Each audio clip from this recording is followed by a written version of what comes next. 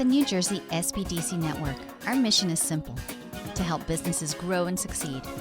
Our consulting, training, and information services make it easier for businesses to reach their potential. Whether you're currently in operation or just starting out, we have the right tools, resources, and expertise to help you succeed. Visit us online to get started on your path to success today.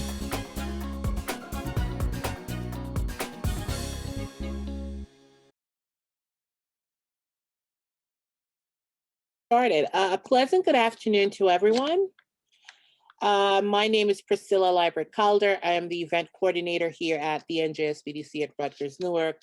And on behalf of Dr. Tendo Ndora, the regional director, I would like to welcome you to our webinar on websites, social media, and analytics. Actually, what I should have said was Happy New Year to everyone, right?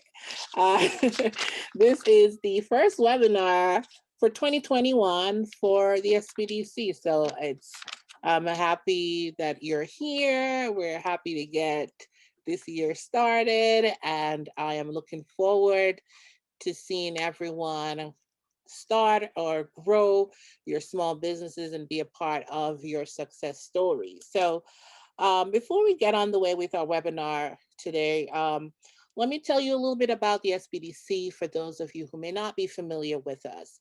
The SBDC stands for Small Business Development Center.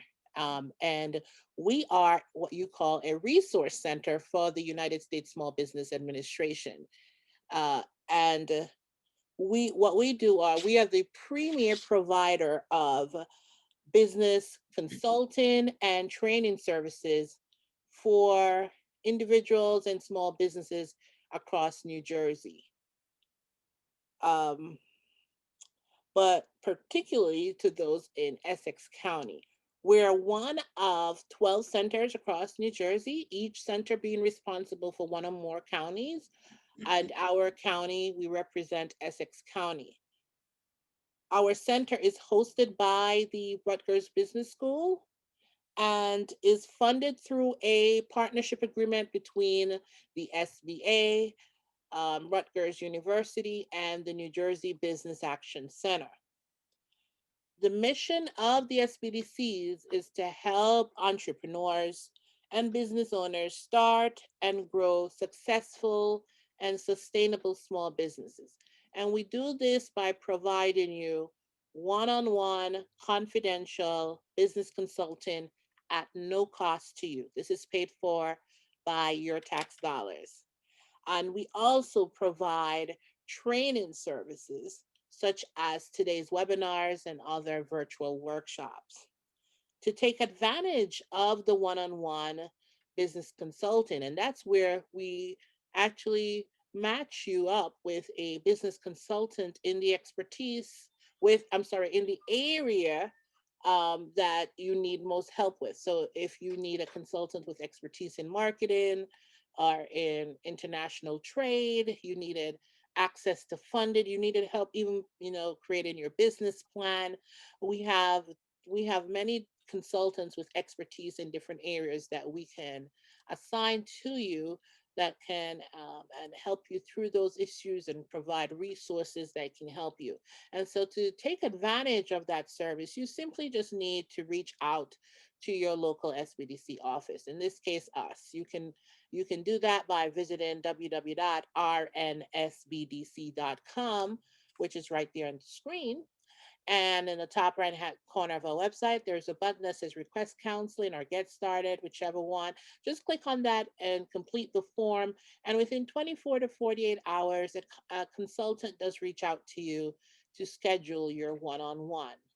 And the way that works is you are allowed a session with the consultant, at which point they will assess and give you recommendations. And we do ask that you at least follow through on some of those recommendations before you can come back and receive more assistance and more help. We are not lenders. However, we do assist you if your purpose is you're trying to, access capital, or, as we all are going through the pandemic right now, any of the PPPs or any loan programs that are available, we do assist you in getting those applications done and getting your documentation together, making sure that you have everything that you need to move forward. Okay, so as I said, just simply reach out to us on our website, or you can give us a call at 973-353-5950. Um, Now for today's webinar. For the benefit of those attending today's webinar, of course, we've muted the audio here, so we do ask that you use the Q&A feature right here in Zoom. You're free to use the chat as well, but we much prefer that you use the Q&A section. That way we don't lose track of your questions. Okay, and you can track and be aware of whether or not we've answered your questions. Um, so feel free to post your questions, whether during or at the end of the presentation. We'll get to it. And we will be emailing out a copy of today's slide and the recording from today, a replay of today's webinar. And these will be emailed out within about 24 to 48 hours. So it is now my pleasure to introduce to you our presenter for today. That's Cecilia Henderson. Cecilia is our marketing consultant here at the NJSBDC at Rutgers-Newark. She's also the owner of a marketing firm here in New Jersey called WSI Marketing Tech. And so without further ado, I will turn it over to Cecilia. Thank you so much. I want to start to share. So happy New Year, everyone. We're trying to figure out whether the new year really started on Monday or should I wait until next Monday to declare that it's 2021. I'm not sure. It's going to take me about 6 months to move from 2020 to 2021 when I write down the date. I can tell you that. So now let's see if I can share the screen. Well, I'm a host, so okay. Welcome to 2021 technology. Okay. So we are here to talk about websites and social media for small business. This is basically a webinar that is a teaser, in a sense, for a longer session that is, I think originally it was an all-day session, but it's probably about 4 or 5 hours, and it incorporates a deeper dive into some of these areas and a deeper dive into analytics in particular. But we will talk about all of these things here in this particular session. So to get started, let's see. Oh, here we go. What are we going to cover today? We're going to talk about why websites are important for small business, why social media is important, how it fits together with all of your other marketing activities. We're going to talk a little bit about key social media platforms, and really what we want to help you do is navigate through the choices that you need to make when establishing your online presence. So if you think of your footprint as being, you can always imagine that it's your website and it's what you're doing on social media, and anything else that's digital, that is your footprint. How do you leverage that, and how do you make choices about what you do given all of that? So why am I talking about this? Because I do own a business actually that is focused on marketing. The name of my business is WSI Marketing Edge, and I do focus on digital marketing, but my overall background is working in marketing for large companies and working at all levels. So the neat part of that is that, I've had experience doing a lot of different things from a marketing perspective. When you work for smaller companies, there are limited budgets and you can't do certain things. We didn't have limited budgets. The other thing is that I've worked with businesses that are selling to other businesses, as well as businesses that are selling to end user customers. And of course, you can reach me through the SBDC. So I wanted to just kind of put this in front of you. I stole it from somewhere. I've seen it in sales meetings from years ago in different forms. The point of this is that this is essentially the journey from somebody being a prospect all the way through somebody eventually becoming your customer. And what this is saying is that there are a number of contacts that people need to have oftentimes before they move down that path from prospect to customer. So if you think of this as a sales funnel, at the very top, you have all of these generic people, but as you move further and further down the funnel, what happens is people drop out because they're not interested. And those people that remain are higher value to you. And then more people drop out. And then those people that remain are higher value to you. And of course, from those people, you pull your customer. Now, this is important, particularly when we're talking about services and when we're talking about what they would call considered purchases, where the value of that purchase is really high. If the value is really high, it's not going to be a situation where you were walking down the street and decided to buy, chestnuts in the city. That's not a considered purchase. It's very cheap. You just happen to be standing there and you recognize that they were there and you bought it. This is when you have to differentiate yourself from other people, when people are holding on to their money because they're concerned about whether or not they're getting the best deal or whether or not they are getting the best quality. And so there are all of these interactions that happen, generally speaking, before they go from somebody who barely knows you to an actual customer, because perhaps they might see you because you met them at a meeting. And then the next time they see you, it's because you connected with them on LinkedIn. And maybe the next time they see you, it's because they happen to see you at a networking event. And then the next time they see you, maybe you added them to your email list. So each of these things that I'm describing would be considered contacts. And what they're saying is that, essentially, in the sales world, a lot of times a salesperson gives up after the first call. A call is a contact. And maybe after the second call, very few salespeople will call the third time. So this is something that you have to deal with. The reason why I'm sharing this with you is because when you think about your digital footprint, you have the opportunity to contact people multiple times without actually you being the person that calls. So not all of these contacts need to be in person. In this particular case, because it's sales and because it's Microsoft and it's a considered purchase, yes, that's probably a salesperson having a conversation. But when it comes to real life, we know that those contacts don't necessarily need to be you pick up the phone and call this person 12 times and then eventually they become your customer. No, it's that you called them once, you set up a one-on-one with them, you met them at a networking meeting, they saw you on LinkedIn, somebody mentioned you. All of those types of things are interactions that bring your brand to their mind, in their brain, and that's what we're talking about.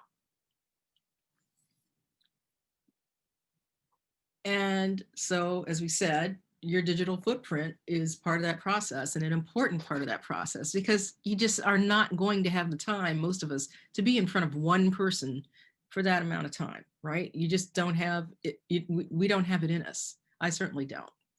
So the first thing I want to think about is your website. This is really kind of a linchpin type of tool for you, because in your website, you really, really are putting the essence of your business. It's representing you without your being there. So when you think about your website, you have a number of considerations. The first is, who are the people that you expect to come to your website? And that is driven by who your audience is. So maybe you shouldn't have expectations, but you should have desires. So if you were starting from scratch, who would I like to have come to my website? That's really the question that you need to answer. And what are their expectations when they get there? So if I think that I'm going to be selling stuff on my website, maybe their expectations have to do with how smoothly a transaction can happen. And then the other thing that you need to be thinking about is, what are your competitors doing? Because if somebody comes there, they've chosen to come there over and above someone else, or they've gone to another site and they're making a comparison. So you want to understand maybe what is the baseline of performance, or how will your performance differ, or do you want your performance to differ? All of that is part of the consideration in looking at your website. So I think, as I said, it's your linchpin. It's like a foundational piece, because your website actually can serve to communicate the story of your business in the way that you want it done. It describes you, describes your services, helps you make your differentiation clear. And you can do a lot of different activities with a website. You can provide customer information, like you can put a blog on your website. You could enable a widget so that they can make an appointment with you. They can buy things from you if you sell things. They can link to your social media sites from your website. So think of your website as being kind of a hub, or think about your digital footprint as almost being like a net, a spider's web. Things are going to be connected. People are going to be able to go from making a purchase to going to perhaps a Facebook page that you have, or going to an Instagram page, or even to Pinterest, and back and forth.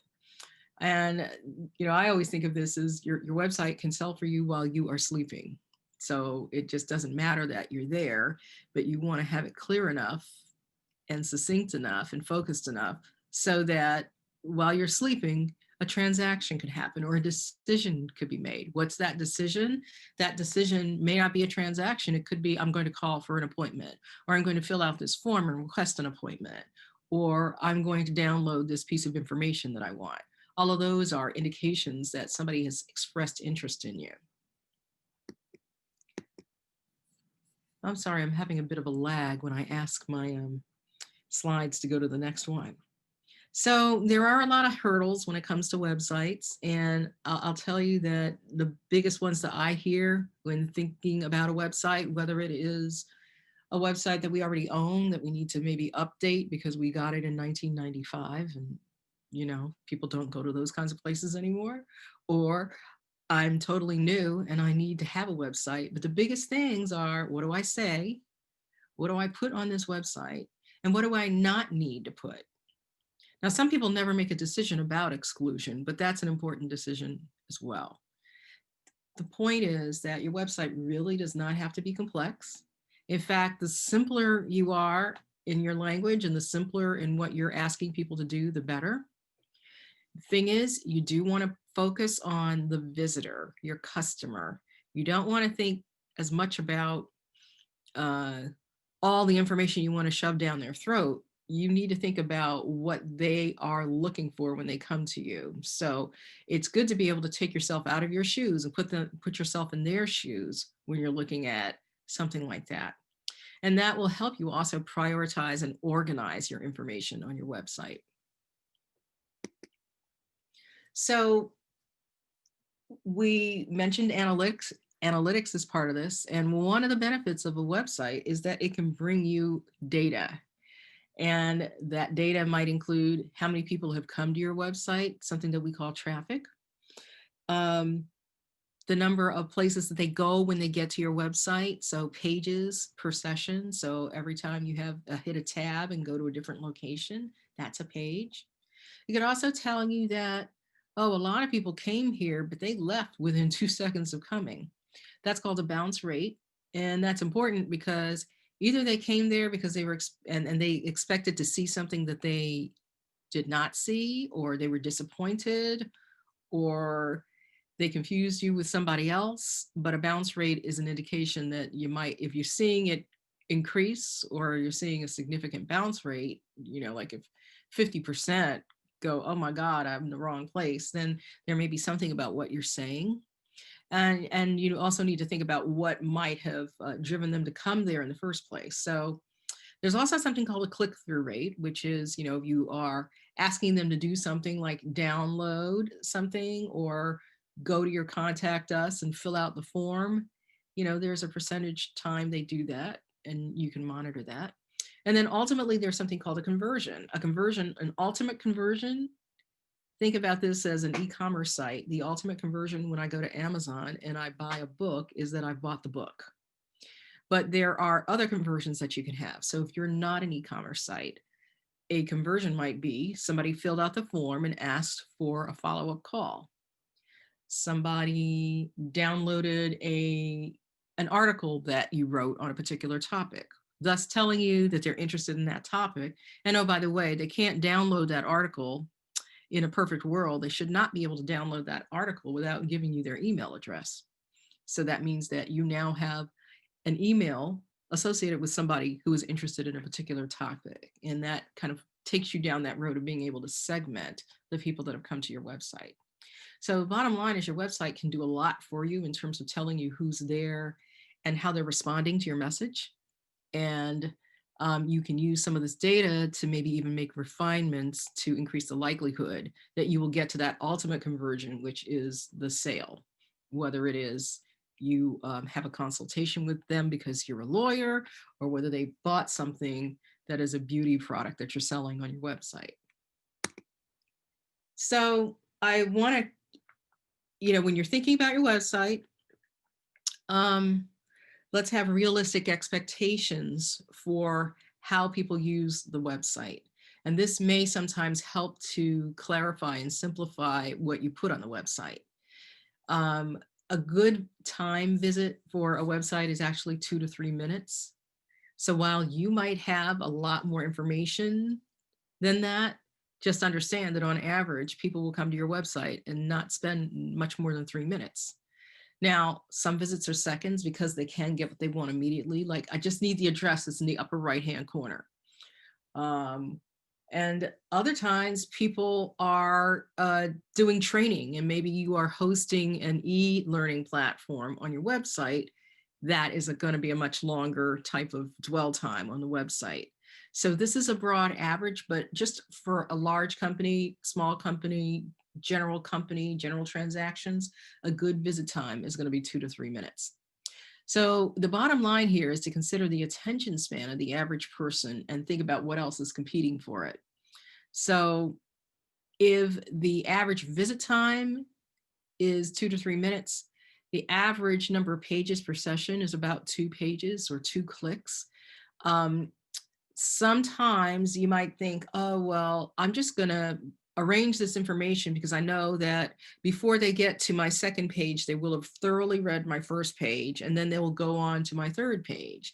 That's not really true. People don't read your website like they're reading a book. So you need to give people information where it needs to be, where it makes sense for them to have it. So that's why think in terms of, each page and what that page's intent is, so that they can quickly get to what they want to do. The other thing is that navigation is really critical. So maybe they need to do 3 pages to do what they need to do on your website, but you want it to be so clear and easy that they can barely make a mistake. Sometimes, I was working with somebody the other day, and they were adding a link to an event that they were having, but their link actually went to the home page of their very complex website. So I said, so basically somebody's seen your event, they're going to click on the link to register, and they're going to go to carsrus.com, and then they got to find out where the events are. Then they got to look through the list of events, and then they've got to click on this event and then finally register. That's a lot of work. Why not just take them directly to the event? So this is about, making it very clear and very simple where you need to go for what. You don't want people to have to work. So competition is very stiff for getting eyes on your website. And in this particular instance, what I wanted to share was that if you put in a particular topic, into Google and say, okay, I'm looking for a lawyer near me, then you're going to get some kind of response that looks just like this. And what's happened is, if you look at the very top of this, and you may not be able to see it, but essentially in a little over half a second, Google has sorted through 717 million results. And what you are getting is the first page. And you have the option of paging through to the very end of this response called Lawyer Near Me.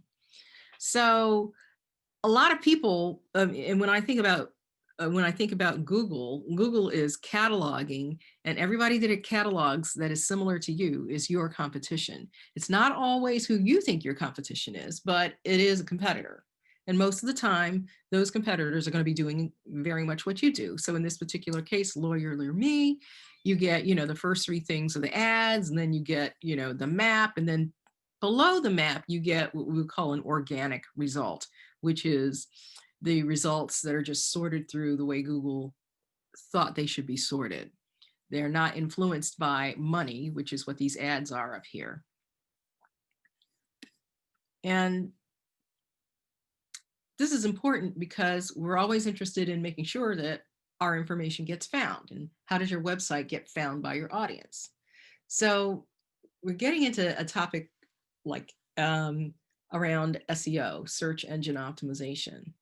The point is that websites aren't normally launched and then suddenly everybody comes to the website because they just can't wait to get it. So on day one, generally speaking, your traffic is zero.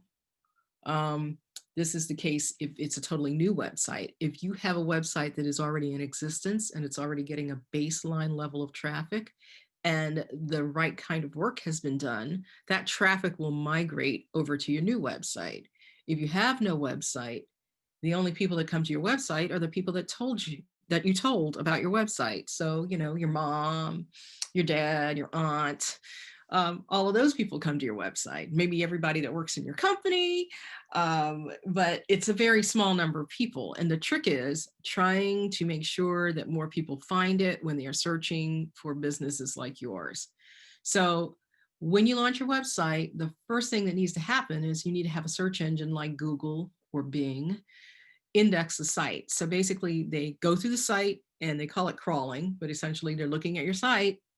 And if the right kind of work has been done, they'll be able to know what's on it. And that's what search engine optimization is. So we're not going to delve deeply into search engine optimization, but the whole aspect of that is giving all the signs and signals so that Google knows the content that is on your site and is able to index it and serve it up properly. Now, search engine optimization is trying to increase the likelihood that your content gets shown higher up in the results. You don't want to be number 717 million in results. You'd like to be number 10 at least. Number 10 is the last organic number on the first page of the results. Now, you have to earn that. That doesn't happen overnight, and it normally does not happen as soon as you've launched your site. But now there are other ways that you get found by your audience, and that is through paid advertising. And remember, I showed you these up here, these folks up here paid to be there. That is the fastest way to number one, assuming that you bid enough for the privilege. And then the third way to get found by your audience is, in fact, having a social media presence. Because remember, I told you about the spider's web? Well, if they found you on social media and they went to your social media pages, your pages may have your website on it, and they can click and learn more by going to your website.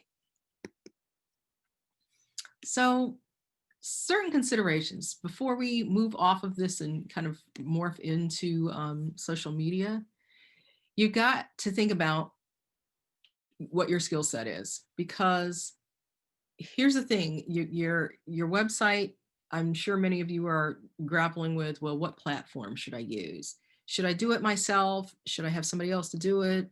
You may think that it's expensive to do this, or maybe it's not expensive, but you've got to think about how you want to manage getting your website done. So you may need to make a choice about whether you try something that's DIY or whether you outsource it to somebody who knows what they're doing.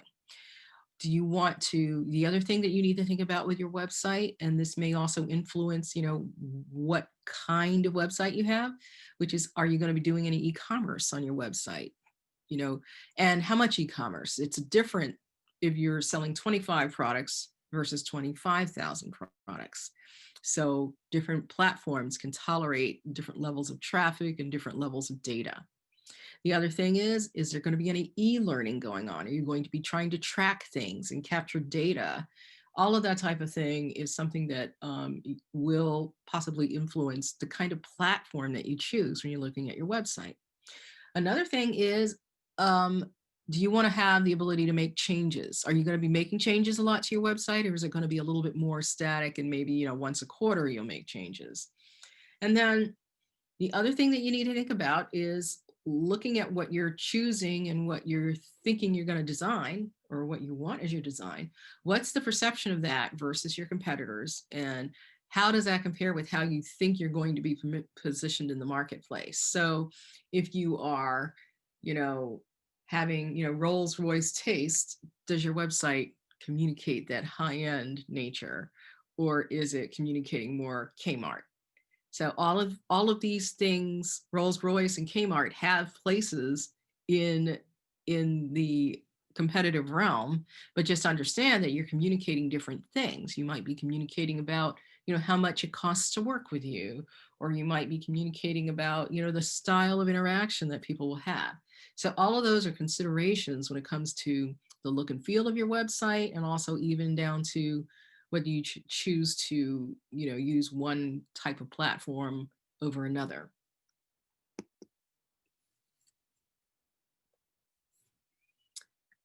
So just basic stuff. And I know this is probably pretty basic for many of you, but I always start here because it can be confusing for those that are really new to this.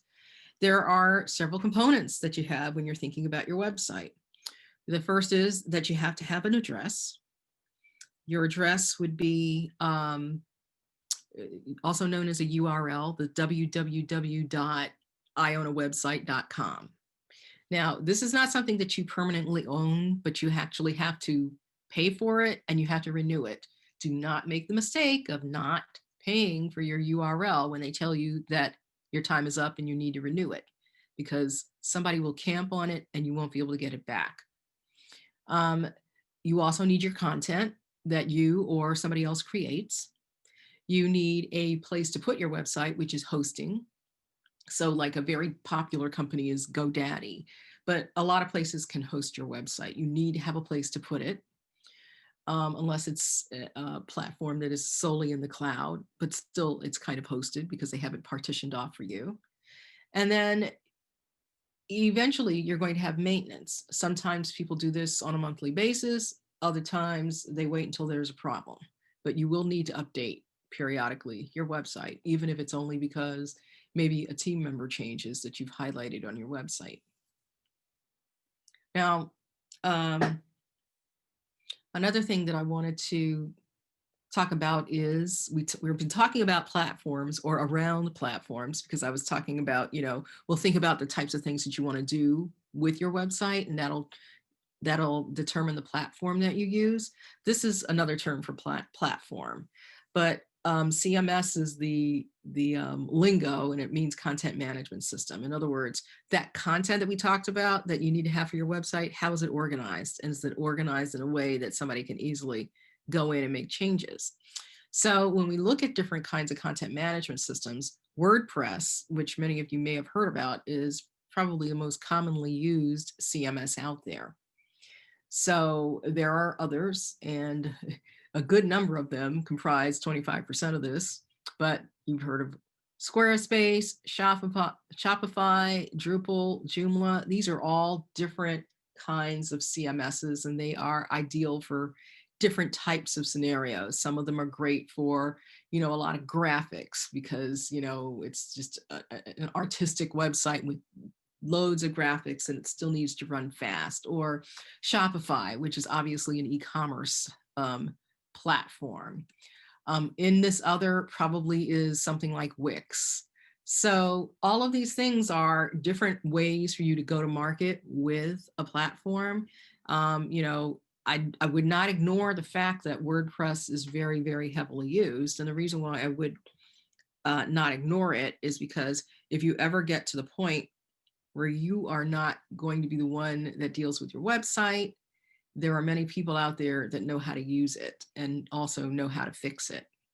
And the more obscure you get, the less likely it is you're going to find somebody who can affordably deal with what you might have. So that's just something to consider.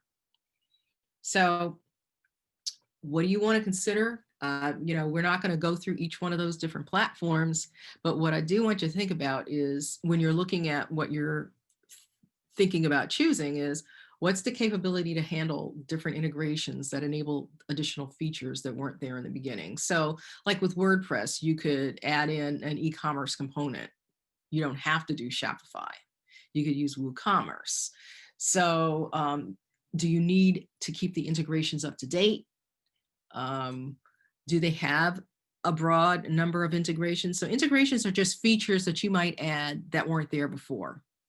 So you've got to understand what's basic with what comes basic with what platform you're interested in.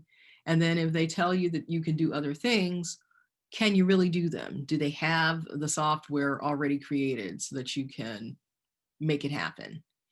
Is it able to be modified in any significant way by a developer? Sometimes things are they're very easy to use, but they're also such that you don't have the ability to customize them that greatly.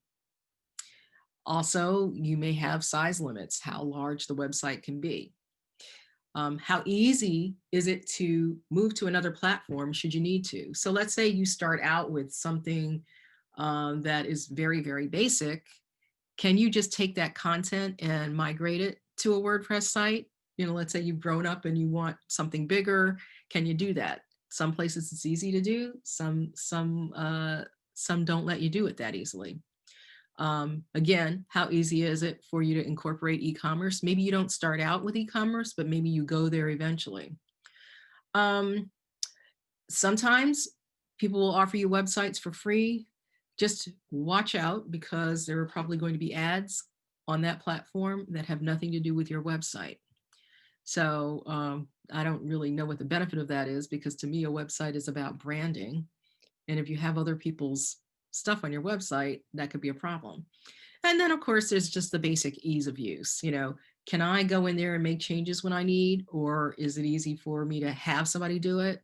And then finally, as I mentioned before, how widely familiar is the platform? Can you get professional help when you need it?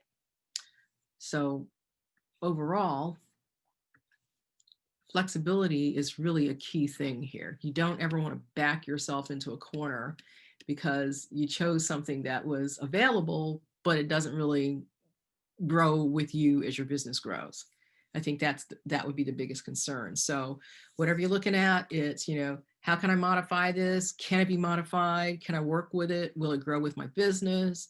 If I decide to leave, can I take all of my stuff with me? Or do I just need to snap pictures of it because, I'm just going to have to manually redo it. That happens. So now this is a natural stopping point to just see if there's any questions related to websites in general.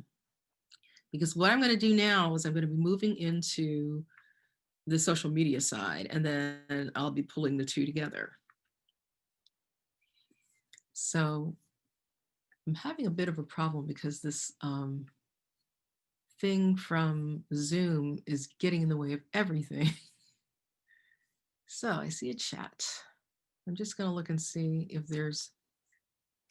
I don't see any questions in the chat or the oh, we have one from Shani Marie. Sorry. Okay. Shani Marie, can we get a replay? Shani Marie, I addressed that earlier. Yes, so a replay will be sent out along with today's PowerPoint presentation. So how important is mobile? It's funny because Vipin, when if you saw the slide that I put up when I put up website, there was actually a mobile phone. There was no desktop. There was no laptop. Mobile is assumed. So mobile optimization is key. In fact, Google has adopted a mobile first strategy. So if your website is not mobile ready, it will appear lower down in the results than a similar website that is. So why is this important? Because many people, in fact, some people would say most people are using a mobile phone to surf the web. When it comes to just casual going to the website, men tend to actually use their phones far more than women. And when you're doing mobile, speed is very, very important. So I think that you've hit on a very important thing. I didn't actually bring it up because right now I would assume, I assume it when it comes to new website development. I do not, nobody will give you a non-mobile ready site, but what you may have challenges with sometimes is speed. They'll say it's mobile ready, but then you can do speed tests and find out that the platform that you chose for your particular website isn't really that fast. And, so that's one of the little complications. I have diagnostic tools that will tell me a website is mobile optimized, but the load time is slow. And we know that the longer it takes for a site to load, the more people, the longer the lower the likelihood somebody is going to wait for your website to load. So, we talked a bit about this website. Oh, here's another. Is there a service that tests websites and points out areas? Well, you can go to testmysite.thinkwithgoogle.com or something like that. So Google does a test and they do a speed test and they do a mobile optimization test. And so I think if that does not work exactly as I said, just type it into the search window, Google speed test, and you'll find it. Okay. Cecilia, can I add something too? You can also use gfmetrics.com, I think, and that will give you point out areas of improvement for your website as well. It's a free site. It will tell you everything that's wrong. Just wanted to add that. Sure. Sorry. Okay. So when we talk about website optimization, one of the critical things is making sure that your website is connected to your social media and vice versa. And this is kind of irritating. I can't get this thing out of the way. Remember that your website and your social media work together. So you want to be sharing information from your website to social media, and then using interesting content on social media will pull people over to your site. So let's say, here's the scenario. You posted something on your social media. It shows up in somebody's feed. They go, let me find out about this person. They click, they go to your page on your social media, and then they say, I'd like to know more. Then they go to your website. Here's another example. So you create and post a blog on your website, and then you share that blog on your social media. And essentially what you're doing in the social media is you're not putting the entire content there. You're putting enough there and making them click so that they can come back to your website. So you hook them with the information and you bring them back to your website.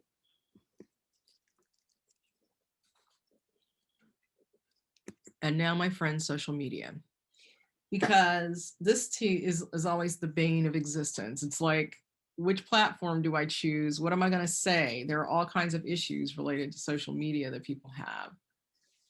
And I just want to do one more click because I thought I saw the Q&A light up again. Could you please type the name of the speed test types? Okay. Priscilla, can you do that? Yeah. Okay, thank you. So how do you decide which platforms to use? Good question.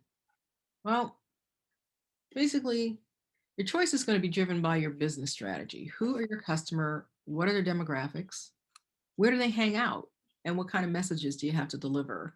And what's the format of your message? So formatting might be, like if it's a very visual thing, then clearly Instagram is a wonderful place for visuals. But if it's not as visual, maybe it's Twitter.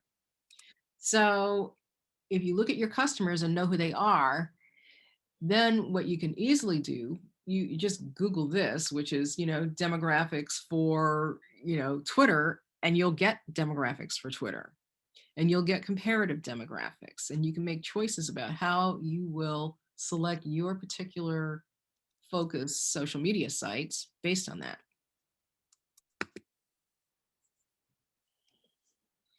So why social media? Well, basically, I think that you have a lot of different opportunities when you're using social media for your business. And the first is relationship building and establishing credibility, which is very much what we do if we go to a networking meeting. You're meeting people that you might have seen before, you're getting familiar with them, they get to see you, they know that you are focused on a particular area, so it's establishing some credibility. Obviously, you can do marketing and sales using social media. You can build a particular type of image and manage your reputation through social media just by what you post and how you post it and the language that you use. You can do customer service through social media.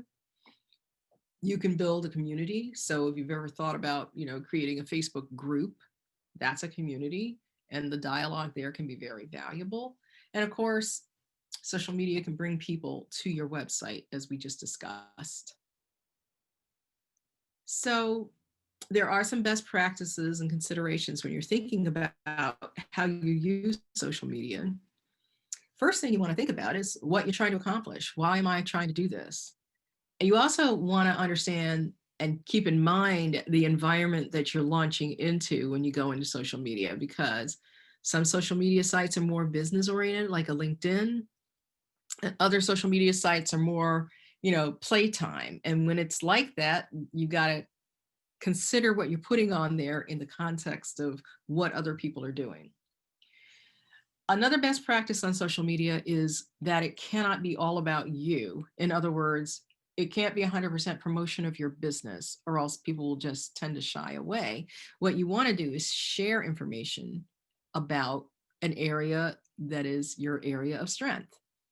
All right. So if you're a lawyer, you can share information about the law. You can share information about matrimonial practice issues, but it shouldn't always be come to my law firm, come to my law firm. So you want to limit your promotion and really err on the side of sharing for people who might be interested in the kinds of services that you offer. And then the final thing around social media is that you have to understand that you don't own social media platforms because you did not buy them. And by that, I think about, I know of people who don't have websites and they basically only have a social media presence. Well, if you've tried to do anything on Facebook, you know that Facebook seems to change every day. Facebook will take pieces of the business profile and suppress them, or it will disappear, or you no longer have access to it. And you have no reason to complain because you didn't buy it. So it is not a place that you can rely on for a static presentation of what your business is and what your objectives are. Now, let's see. I see something in the chat, and I'm trying to just see. Oh, you put that in the chat. Thanks, Priscilla. I do see when things change at the top, but I can't see exactly what the changes are. So you just need to keep that in mind when we're thinking about social media. It shouldn't be all promotional social media. It should be talking about topics that people who could be your customers will be interested in. Now, the key thing is there's just take these steps. Understand who your customers or your clients are. Think about the message that you want to communicate to them. And then based on that, choose your platforms and create your profiles, create your business profiles, create a posting cadence, decide how frequently you want to post. And this becomes important because I have had many folks say to me, I can't use this social media platform because it says you need to be on it 5 times a day and I have a business. Well, my feeling is, and my strong recommendation is, you decide how you want to use the platform. There's nothing that says that you must follow other people's rules around how frequently they post.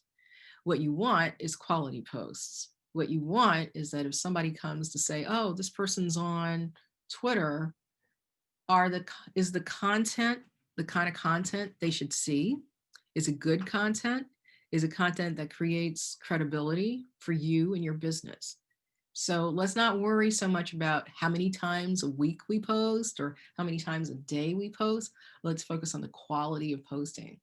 Now, there are some tools that you can use to facilitate posting, especially if you're going to use multiple platforms and you don't want to spend time going to Twitter, then you want to go to LinkedIn, then you have to go to Instagram, and then you have to go to Facebook. You don't need to do that. There are tools out there, and I suggest a couple of names here: Hootsuite, Planoly, but there are so many, you can find them very easily. And they will allow you to hook your social media platforms up to that one tool, and you can post centrally. You can just post it once, and it's disseminated to multiple platforms. So that is an ease of use thing. But, for those of us that are just getting started, just pick one or two platforms, or pick one platform and get comfortable with that before you start to get more complex. So social media is a tool for you. You should not be a victim of social media. You shouldn't have to worry about other people's expectations. But the neat part is that you have the ability, using most of these platforms, to evaluate your metrics to understand your impact. But you have to, for example, on Facebook, you have to have a business page. You cannot use your personal profile. You'll get no metrics. Plus, you're also violating the terms of use of Facebook.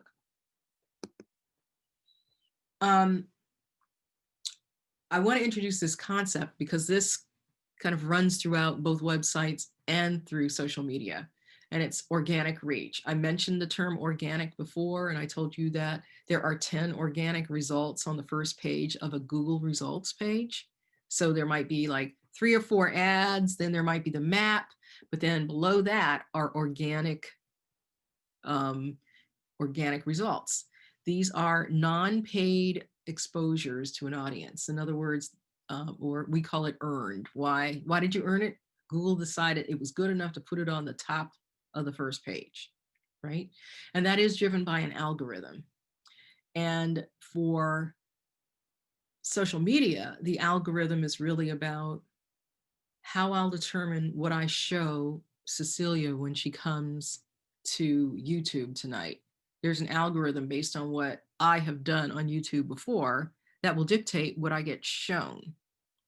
So it is not driven by what you would like me to see. It's driven by what I want to see. Now, the other opportunity to get reach and get exposure, because the big thing is organic reach. Why? Because you would say that it's free. It's not necessarily free, because you may have to pay in order to get some of the things done that will earn you your way to the top. But there's directly paid reach too. In other words, you take a post and you put money behind it, and it's basically an advertising post. So you got organic, which is a way to reach people, and you got paid, which is another way to reach people. So remember, back on the website, there's organic results that you get you on the first page because you earn the right to be there. And then there's the paid way, because you bid on the right terms that people were searching for. So on the social media side, it's organic, which is driven by the algorithm. And then there's paid, which is driven by the fact that you paid to get in front of a particular audience. So the algorithm is basically a formula. It's how a platform, whether it's Google, LinkedIn, Twitter, how it decides who will see what you post. It's a set of rules that they follow. It's proprietary. They have no need to tell you what it is. We have things that we can guess. And essentially, the algorithm is learning from what you do on the platform. So as I said, when I go to YouTube tonight, YouTube is going to show me stuff based on what I've looked at before, based on what it thinks I might be interested in. So why does YouTube do this? They're doing this to give visitors an optimal experience that meets their interests. Unfortunately, it's not to make us as business people happy. So I think, well, gee, I have a Facebook business page and I've made all these posts. Nobody's reacting to them. Nobody's seen them. I wonder how come. They should be showing my stuff to more people. Well, maybe not, because basically if the people who are following your page are not really interacting with similar content, and they've shown no real interest in that particular topic, then Facebook is not going to show them more of that, because Facebook wants to keep them there for hours. And we don't keep people there for hours by showing them stuff that they don't agree with, or that doesn't make them happy, or that they've never seen before, with a low likelihood of liking it. Let's just put it that way. So the algorithm is all about predicting your behavior and saying, okay, this is going to make that person happy. And one of the things that I want to talk about before going into the more accepted or broadly known social media sites is Google My Business. And the reason why is because Google My Business is a Google tool, and it's an easy tool for businesses and organizations to manage their online presence across Google, including Google Search and Google Maps. By filling out a Google My Business page, you will get yourself, if you are a brick and mortar business and want to be found, you'll get one of those little things with a little map that shows where your business is. You can tell people what time you're open. There's lots of things that you can do with a Google tool. So it supports your business being found by this particular search engine. It supports your business being included in Google Maps, which is obviously heavily used. It allows you to highlight your services so people can click on your listing in Google and see your services if you filled it out. You can even do transactions using Google Pay. Google highly values any reviews that people put there. So if your business is well reviewed on Google, that will help your search engine optimization. So basically what you do is you go to www.business.google.com to sign up, and you create a profile. You need a Gmail address in order to do this. And if you don't have one, get one. So I think this is one of the best tools that you can have, especially if you're a local business, because it'll get you on the map. So this is a case in point. I Googled Dr. Frank Ferrara, and when you Google him, maybe you get some website addresses. These are organic results over here, all right? Because it's a doctor, you get this COVID-19 alert. Just dispense with that. At some point in 10 years, we won't see those anymore. But the more important thing is that you get this little panel over here. And this is something that he gets because he has a Google listing. He hasn't necessarily claimed his listing, but he's got it. So you'll see that there are images that come from his particular practice. You see a picture of what it looks like outside of his office. And here's his little Google map. We also have hours, his address, and he has 1 5-star Google review. So once you get your Google listing, you can ask your clients and customers to give you reviews and place them on Google. It will rank highly. I mean, what I mean by that is Google likes Google reviews. Let's just put it that way. So again, I cannot emphasize enough how important it is to go through this process. One thing, some of you may not be brick and mortar businesses. In other words, you may have a virtual business. It's not important for somebody to come to your office. You may not have an office that is outside of your home, and you don't want visitors. It is possible to have a Google listing even without putting your address. Basically, they have this concept as known as service areas. And that could be like if you're a plumber, plumbers don't have offices necessarily, but they might say, I service all of Essex County. So there's a way to manage that. I want to move into Facebook because obviously it's the world's largest network, and clearly it owns a high share of visibility when it comes to social media. And I'm just going to go through a few of these pretty quickly so that we can just get the lay of the land, and you just get exposed to them and you make a decision. And we'll talk about maybe how to make decisions around whether or not to use them, and then how to control your time and how to control how you interact with your website and these sites. So here, obviously, we know about Facebook. The reason why we care about it is because of all of the users. Facebook really is the behemoth, the be all and end all when it comes to social media. A lot of people have very strong feelings about Facebook, but the bottom line is, if you want to be in the public square, generally speaking, these folks are on Facebook. It's kind of hard to have a demographic that's not represented there. There are other demographics that might trend younger or trend wealthier. But when it comes to Facebook, you're really getting pretty much a good cross-section of people. 68% of people in the US, adults, are on Facebook, and 51% of them use it several times a day. So that's fairly intensive use by a large number of people. And 30% of internet users overall use Facebook more than once a day.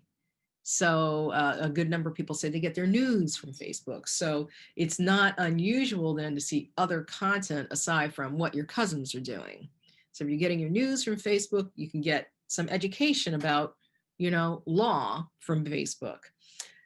So it's what I'm trying to tell you is that it's not out of place to have business-like messages. What can be a problem is if all your messages are buy from me, buy from me, buy from me. You want to be sharing information that makes that potential prospect a better customer of yours. So you can see some basic information about demographics. I mentioned before that Facebook has different environments. So I told you needed a business page, which is different from your personal profile. So most of us have a personal profile, and many people have profiles that they don't ever use, but you need to have a personal profile in order to have a business page. So you set up the profile, you put as little information in there as you want, and then you can go on ahead and set up your business page, which has your business name and your business address if you want to share an address.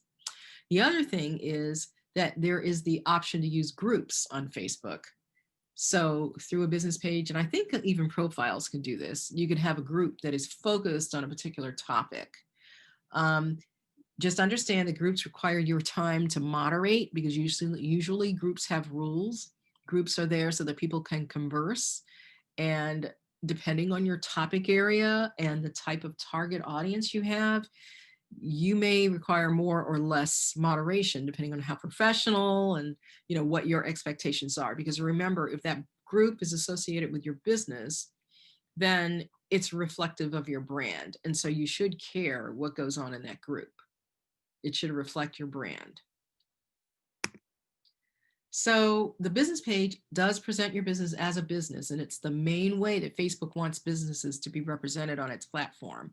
You will risk a term of service violation if you try to solely use your profile, your personal profile, as a way to do business. And a lot of people will try this, particularly if you're doing direct, they call it direct marketing or MLM, multi-level marketing, that type of thing. They tend to use the personal page heavily. Just understand that, depending on how they choose to execute those rules, it could be a violation. Bottom line is, though, the business page is the only place where you can actually advertise. You can't advertise from your personal profile. You can't boost your personal posts. A boost is a quick way to expand the audience, the viewing audience, by paying to get to a particular demographic. You also have the ability to see metrics of your posts, how many people liked it, how many people viewed it, how many people were exposed to it. Of course, on your business page, you can create and manage events, and you can have multiple administrators with multiple roles. So if you have somebody in your company that you just don't want to touch Facebook, but they are really social media savvy, you can identify them as an administrator. You, as the owner, should always own your page. Do not allow somebody to set up a page using their profile, somebody who could potentially go and work for another company. I'm working with somebody right now who did that. The person left. They did not leave on good terms. She does not have access to her business page. She had to set up a new one. So one thing that you need to be aware of is that for Facebook, for years, I'm going to say good, 5 years, organic reach has been dropping. So remember, I talked about that organic reach being the algorithm sharing, deciding who to share stuff with. Part of that is because Facebook has wanted to really emphasize personal interaction over business interaction. So the ability for a business to have their message just show up in someone else's stream has dropped over time. and the competition for members' attention is increasing. And so oftentimes in order to get to the people that you want to get to, you end up having to do a little bit of paid promotion. It becomes important. And bottom line is, as Zuckerberg told Congress, when the guy goes, "How do you make money?" He said, "We sell ads, sir." Well, they sell ads. They either get you to boost a post because you want more people to see it than the 20 that normally do, or you do a whole ad campaign. There is now the capability to do more things on Facebook, and I'm just going to keep this here and let you'll find these things out if you're really into Facebook, but paid online events, there's all kinds of details around it, and they are changing. What I'm finding is that a lot of the platforms are trying to add in things that are popular elsewhere. So online events, Facebook is now doing. You'll find that LinkedIn is now trying to allow that, but there are barriers to just anybody doing that. So bottom line is that all of the social media platforms will be adding as many things as they can add that they feel will be attractive to their audiences, to keep their audiences captive on that page.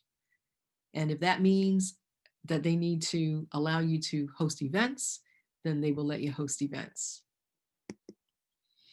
So we got, of course, Facebook Live, Messenger Rooms. It's kind of like Zoom, but smaller groups. So stay tuned. It's actually a point of frustration for those of us who do social media management, because every time you turn around, things have changed. They do place a high value on original content, and they are, because there's been a lot of stuff about, whether information is credible, they are demoting articles where it's not clear who the author is. They are beginning to look more like Google at, is there any expertise by that author before the article is okay. Basically, they're trying to minimize fake news. They're also trying to minimize clickbait, which is, showing you something that you click on, but actually that thing was just there to make you click so that you can see something else. And of course, that there's lots of controversy about this. I already mentioned the two ways that you can promote on Facebook. You can boost an existing post, which is not a very sophisticated thing, but it can work. Or you can actually create an ad like what you would do if you were going to advertise on Google. You create an ad, you have an ad budget, you create your target audience, and it's different from just a basic post. So Instagram and Facebook are linked because they're owned by the same person. It's a photo and video sharing platform. So remember, I told you that if you have extremely visual stuff, Instagram is great for you. It's obviously, larger images, but I just don't get it because it's mobile oriented. The phone is the primary interface, but yet it's supposed to be like image oriented. So I use my iPad because I get a better image.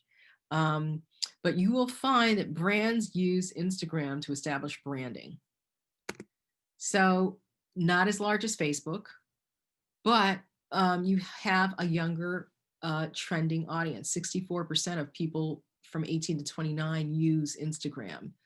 Instagram is more female than male, and it is about 25% of Facebook's ad revenue. So obviously there is a promotional audience here.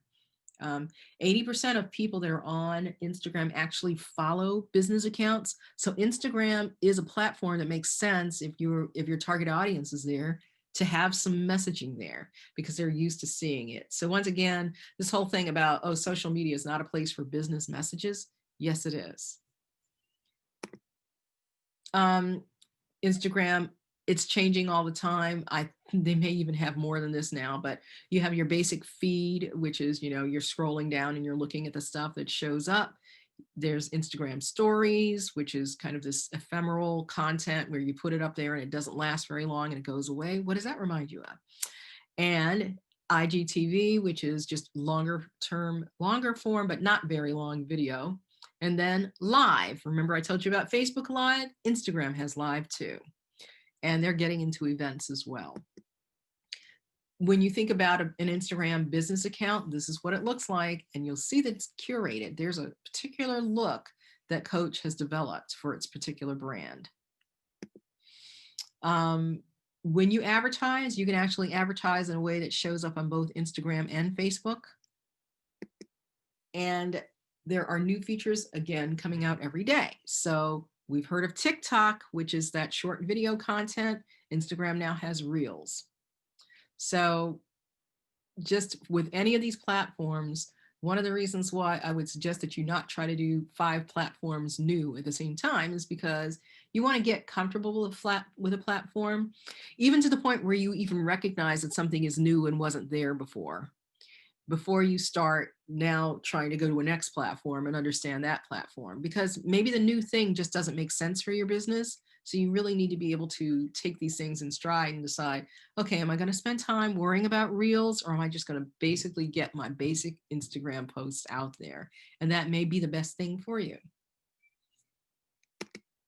LinkedIn, want to highlight that because obviously running a business, LinkedIn becomes important. But LinkedIn is important for different reasons. In other words, your clients may not be on LinkedIn. And if they're not on LinkedIn, maybe you do different things on LinkedIn than you would do on Facebook, right? So it's a professional network. You can follow your competitors or large company pages that operate in the environment they're in. So I think sometimes of social media as a way to do research, competitive research, and just learning about your industry. It's not always going to be beneficial for you to be on a platform, but you might find that you learn from a particular platform. So not a lot of users, just 177 million users in the US. They're not intensive users. Half of them say that they're on it at least once a month, okay? That's not heavy use. And just if you go all the way down to the bottom of this list, because you'll get a copy of these slides, the average user is only on it about 17 minutes a month. So this is not an intensively used place. However, it does have utility for some businesses. So they're going to have LinkedIn Live, as I talked about. And that's something that you have to apply to be approved, because LinkedIn is more professional. They don't want people selling jewelry, I guess. I don't know.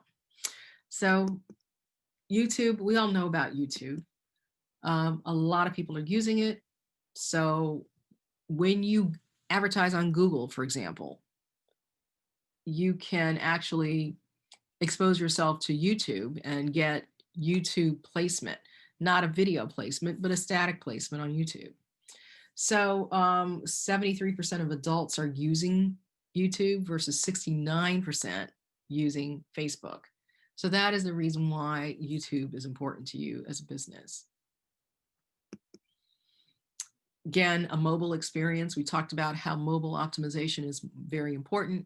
We've already talked about Instagram as being a primarily mobile platform. YouTube definitely is a mobile platform. So Twitter, another one.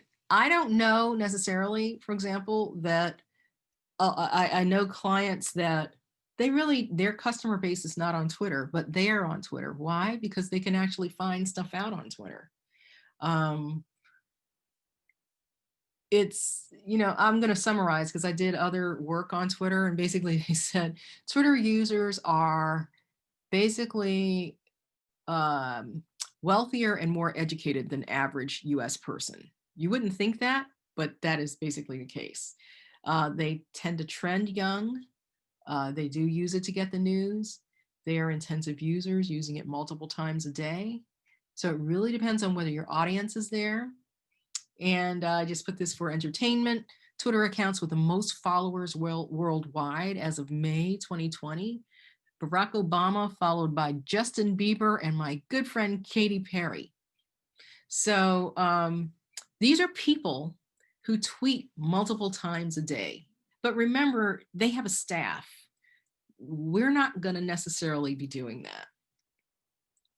But I would say that with Twitter, you have the opportunity to follow different people in your industry and thought leaders. So think of Twitter not only as a tool to communicate with your customers, but to learn more about your business and your competition. I really don't probably have to tell you much about TikTok. All of the data that we have on how people are using social media sites is probably going to have to be updated significantly after about a couple of months now because of the pandemic.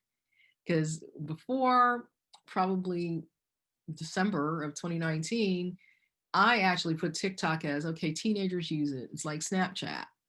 And we started to see a little bit of innovation for marketing folks using TikTok because of the short video and music template. But then it seemed to take off. Why? Because people were home and they didn't have a lot to do and they were looking for things that were interesting. And so I think all of these numbers about 37% of people never having heard of TikTok, I don't think that that's the case anymore. But remember, this was in October of 2019, in the olden days, we should call it. So, at the time, actually, and I remember this was actually put together right at the time when we were about to not be able to use TikTok because TikTok was from China. I think TikTok still exists, so let's just move on.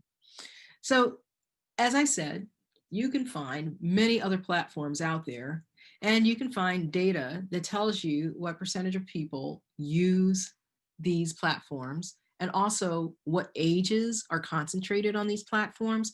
And that is going to drive a lot of what you choose. So if you're going to look at this list over here and go, oh my God, I should be on all of these. No, you shouldn't, because you have a life too. So you need to choose the ones that will cover the most of your audience and also work well with you. If something is a problem for you, then don't use it. So I think when you think about, all right, how am I going to start? What am I going to do? The first thing is to understand who your customer is, understand what your messaging is. You want to identify where are some places that I can bring or share information about my particular business, and just get a list of those places, because you're going to start using them when you start to share information, no matter what platform you use. I strongly recommend that you create or claim your Google My Business listing. You may find a listing for your business that you have never claimed. Google will automatically create listings, but you can go in and claim it. It'll ask you, do you own this business? And you can say yes, and it will verify that you own the business. So make sure that you grab your Google My Business listing.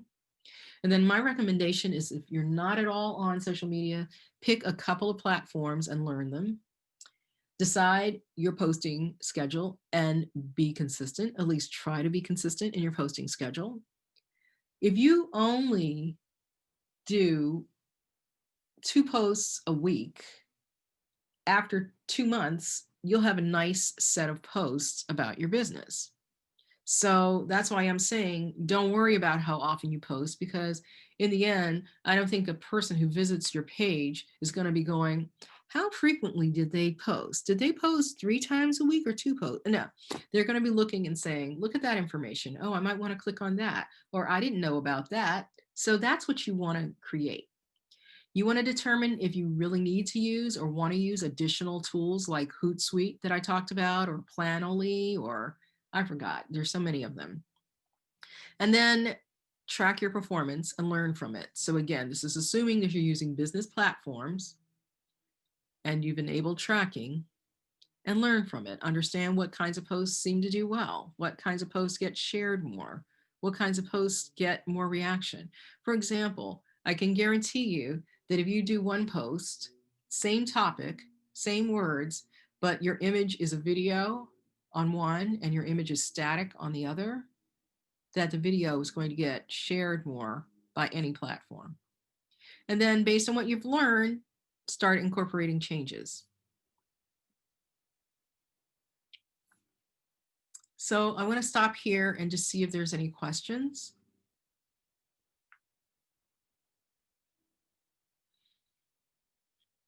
Because we're coming to a close. So I'm just going to share with you my key takeaways. Basically, your digital presence is letting your business be where people are, and it's supporting your brand. So your digital presence, whether it's your website, and then combine that with your social media. Your social media is kind of the public square. Your website is the store that they go into, or your home or your office that they go into. And remember, you don't own your social media, so your social media platforms can change and morph over time. So you've got to be careful to incorporate whatever they've done or recognize that maybe some features are missing. But remember that your website speaks for you when you're not there. You also want to leverage all the capabilities of the platform that makes sense for you. So if it doesn't make sense for you to focus on Instagram Reels, don't do that. On the other hand, if it does make sense for you, then do that. And understand that those capabilities are going to change. I feel like we're going to like go towards one mega platform that you can do absolutely everything. So why have different platforms? But, you know, we'll see. Understand who uses the platform that you're interested in and how they intersect with your particular target audience. So if you don't think that Snapchat is a place for you because the Snapchat audience is heavily people below the age of 18, you don't deal with Snapchat. Also, make sure that you understand that there's lots of competition for people's attention, so you need to assume a short attention span. And then you want to make sure that what you're doing on social media is aligned with your other marketing activities. So we haven't talked about them because this was about your website and your social media. But if you're doing snail mail, like you're putting stuff in the mail, you've got flyers, you've got a sales force, and then back to your website, all of that, you know, I always joke to say that, you know, like if you are saying that you are a vet and you take care of dogs on your social media, but then your website, you're going to talk to people who only deal with cats. That just doesn't make any sense because all of the traffic between the two is fluid. So the point being that you need to align your messaging and make sure that you're not contradicting yourself in one place versus the other. So now it's question time.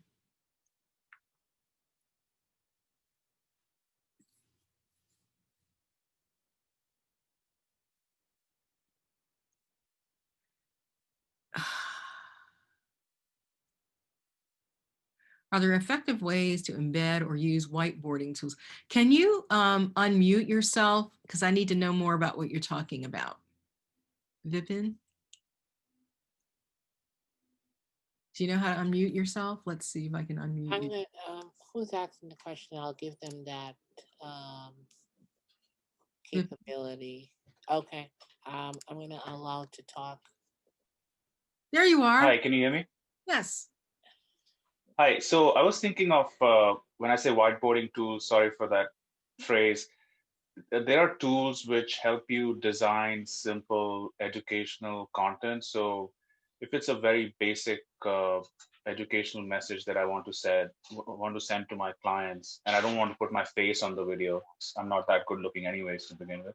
So how have you seen uh, those kind of techniques being used effectively by businesses, and is that good for getting click-throughs? Does it resonate with the users? If you've seen any research out there? I've seen a lot of information about this. I can't think of companies offhand, but I mean, you're talking about using animations and graphics. Yes. Hmm. Absolutely. People do that. In fact, I'm about to do that. I mean, you could even take PowerPoint and turn it into a loop and have it play. Hmm. You do not. You can use Zoom, for example, and record slides and not your face, and that's a file that you can upload and embed. So video is always going to be better. It's just, you know, obviously the algorithm is driving towards keeping people entertained. Video is very strong in that area. So as I said, all of this, you don't have to use your face, not at all. Yeah, But there's perfect. wrong with what I can see of your face. So No, thank you for this and the earlier answers. I really appreciate this oh, no problem. information. Yeah, it's tough because we don't know often, you know, where people are in their stage of implementing websites or social media. So we're pitching it to just try to cover as much as possible. Any other Yeah. questions? Because we will, I think, have at some point a longer session where we could ask more questions. But I think we've given an overview of the considerations you need to take into account so that you can be a good consumer of websites and making a decision about what you want to do, and then social media, not being intimidated by it, making sure that you use it the way it works for you. Definitely. And since I'm unmuted, I'm assuming this might be a question for others as well who are listening in. In terms of the links that you shared for testing websites, is it right to assume that they also look for security holes in the website? They will check for SSL certification, just basics to make sure that the website is safe and secure for like a corporate client to use. Otherwise, people might not even click on it. I don't know about the one that Priscilla did, but I can tell you the Google site does not test for security issues. You will probably need to upgrade to something like, I can't even think. Trying to figure out for SSL, you can actually see that. Yeah. The ones that Cecilia, I'll just chime in. The ones I posted, I think the farthest they mostly go is to just check to see if you have you have an SSL certificate on there, and if anything is unsecured on the page. The other ones you may have to find a software or a consultant that specializes in that can do an audit of your website. Right. Mm. Because I have tools that I would use to do a detailed deep dive in order to diagnose, but they're not like normally available. So somebody says, oh, if your host is Bluehost, the SSL comes with your site. That's true, but there's different kinds of SSLs. And again, there's different components on your site, and you'll find some sites will show the lock, but then as you go from place to place, that SSL has not been fully implemented. Mm-hmm. So That's this is correct. what we were talking about, which isn't always okay. So, yeah. All right. Thank you. No problem. Other questions?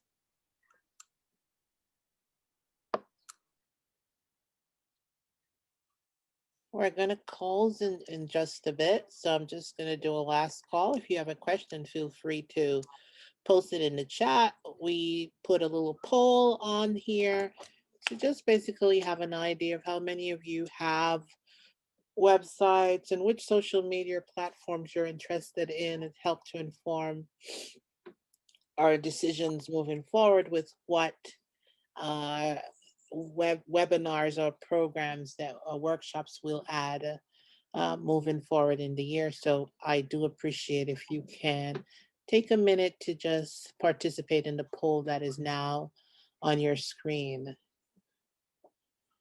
So before we wrap up, do we have any last questions?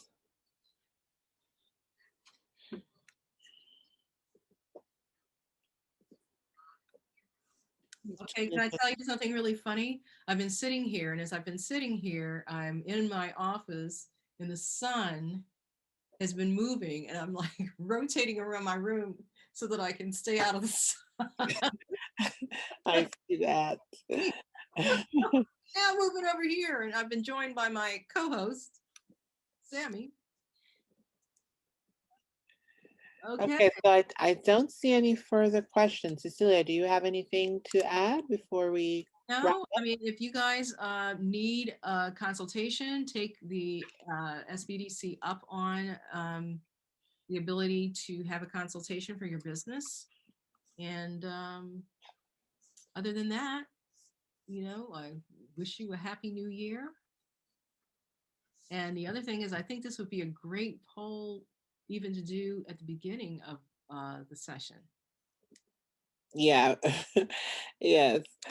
Let me put our information up on the screen for those that are here. Is it being displayed? I hope everyone can see it. Okay, so as Cecilia mentioned earlier, this was an overview of what we call a full day, but now since we're all our webinars are online now, our workshops are online, it's usually 5 hours. We don't want to be cruel and have you sit in there for 7 hours straight. But we do have a lengthier workshop where we go a lot more into detail into some of the topics covered in today's webinar. Um, I'm so sorry. It was, I think if I'm not mistaken, is it the 19th, Cecilia, or the 15th? I think I'll tell you in 2 seconds while you. My apologies. I didn't have my calendar in front of us. But that workshop, Cecilia will give us the date in just a minute. It is from 9 to 2. That workshop is usually $100, but due to COVID, all of the NJSBDC workshops, well, at Rutgers-Newark are discounted at 50%. So we do encourage you to take advantage and sign up for that workshop. We do have a section of that workshop that strictly deals with analytics, because that's very important to a lot of businesses out there with websites, knowing what to look for, what's performing on your website, and how to fix or upgrade your website based on the data from that analytics. Cecilia, did you find the date? I am actually onto the website because I'm not seeing where I thought Okay. I. So feel free to just visit our website at www.rnsbdc.com to register for that workshop if you're interested. It'll take you to Eventbrite as well, as most of you did register there. So you can also visit rnsbdc.eventbrite.com.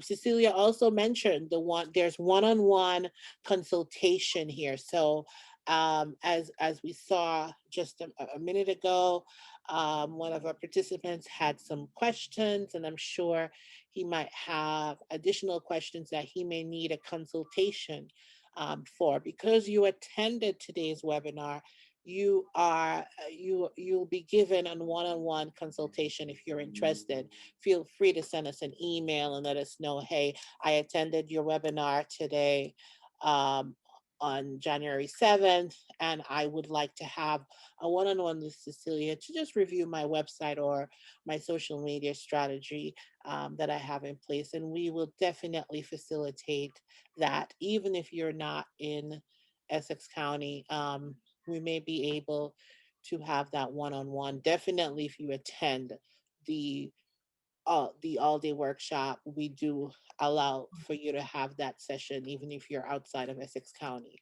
So So I do have the date for that, by the way. It's Wednesday, February the 17th. there we go. Okay, from 9 to 2. From 9 to 2. There's probably a bit of a break in there. There are several breaks. And there's a good hour that is focused on Google Analytics, not just pure analytics, but Google Analytics. Okay. So that would be important for your website. All right. So thank you, Cecilia, for taking the time out today and presenting our first webinar for 2021. One down, about 100 or so to go, right? And thank you for taking the time out to the participants here today and for joining us. At the end of this webinar, there will be a pop-up asking you to evaluate today's session. I do ask if you can just take 2 minutes of your time and complete that. It helps us to tweak our presentations and give us an idea of what type of assistance you're looking for. So it would be greatly appreciated if you can take some time and give us that feedback. And we look forward to seeing you on future webinars. So thanks again to everyone and have a great day. Thank you, everybody. Take care. Goodbye. Bye.